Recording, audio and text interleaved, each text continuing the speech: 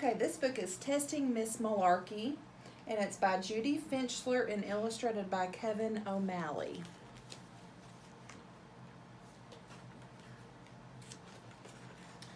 Miss Malarkey is a good teacher. Usually she's really nice, but a couple of weeks ago she started acting a little weird. She started talking about the test, the Instructional Performance Through Understanding test.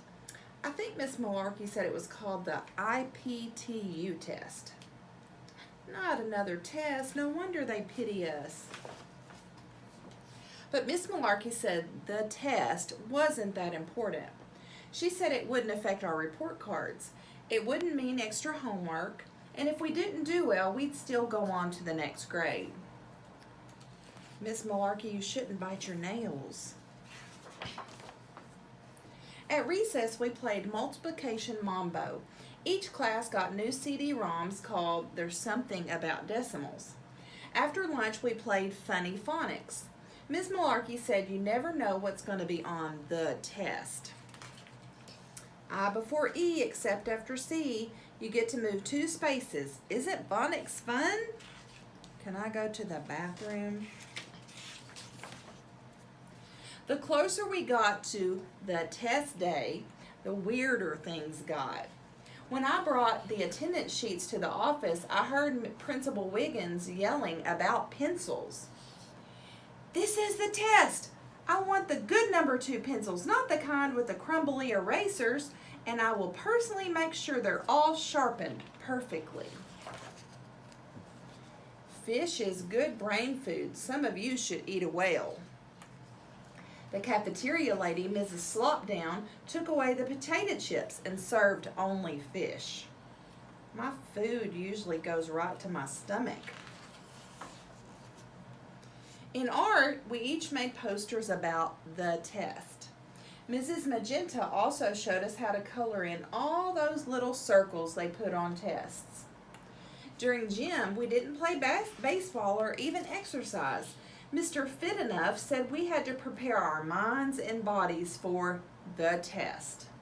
We all learned something about meditating and something called yogurt. Like I said, things were getting pretty weird at school. I got to thinking the test was sort of important. Your mind and body are one with the test. Even my mom knew about the test. When she read my bedtime story, I had to complete a ditto sheet and give the main idea before I could go to sleep. Mom started making me eat a really big breakfast. For lunch, she packed me a Power Bar 2000.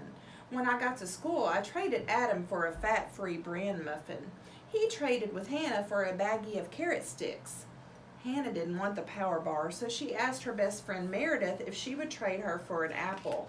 Somehow someone must have wanted the apple, and I'm not sure what happened, but I had the Power Bar 2000 again. The day of the test, the janitor, Mr. Surley, closed off the whole hallway. You couldn't even walk down it unless you had a pass, and you had to whisper.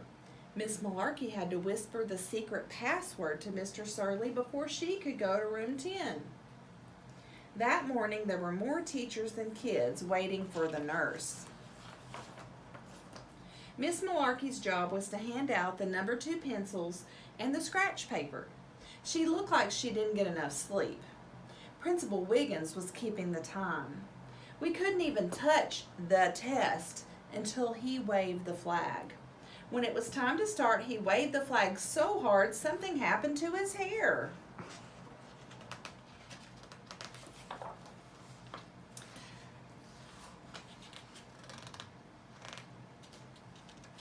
After the test, everybody got prizes and had treats, and we got extra recess.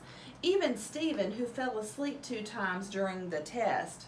Miss Malarkey looked wiped out, and she didn't even take the test. Here, Miss Malarkey, have my Power Bar 2000. It's been a long time since we took the test. Things are back to normal. Principal Wiggins isn't yelling quite as much.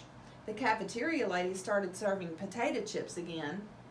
Mom's packing me good old peanut butter and jelly sandwiches, and Miss Malarkey is letting her fingernails grow real long.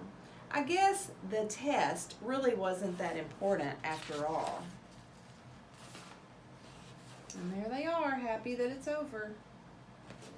So other kids have to take tests and they get nervous and their teachers are nervous, but we know you're ready and you're going to do fantastic.